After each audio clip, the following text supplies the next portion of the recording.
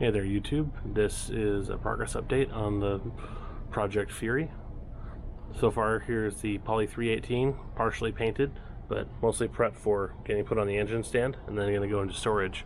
Unfortunately I can't really afford to get this guy up and running just yet, but I do have a small block already in the car that's ready to go until I can afford to put this guy back together.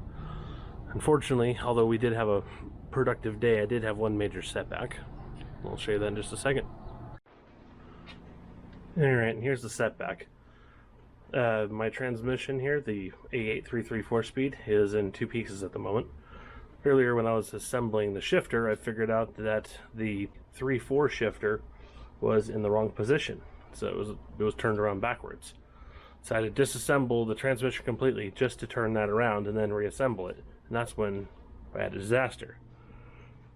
This is the 3/4 shifter here, and it may not show up on camera, but the teeth there on the inside where it goes onto the main shaft are damaged. I did get a replacement, however, as you can see the diameter here is for a larger shaft and this one's smaller. So I've got another one on the way, but it's probably going to be a couple of weeks before it gets here. So the transmission's going on hold for now, so I'm going to have to work on other stuff. Oh well, in the meantime, I still got plenty of things I can do over here. Probably going to work on the suspension a little more next, make sure everything is tight, and then I have got a sway bar to install. And then I have one other item I was working on. Let me go ahead and reposition the camera and I'll show you. Alright, you can see it right there. There's the firewall patch I made up to hold my new steering column.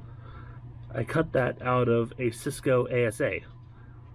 The whole point of this is just so this way I can run the new column, since the original column was a 3-speed column shifted column, and we're going to a 4-speed that's going to be mounted right about there, so I'm going to have to cut that out.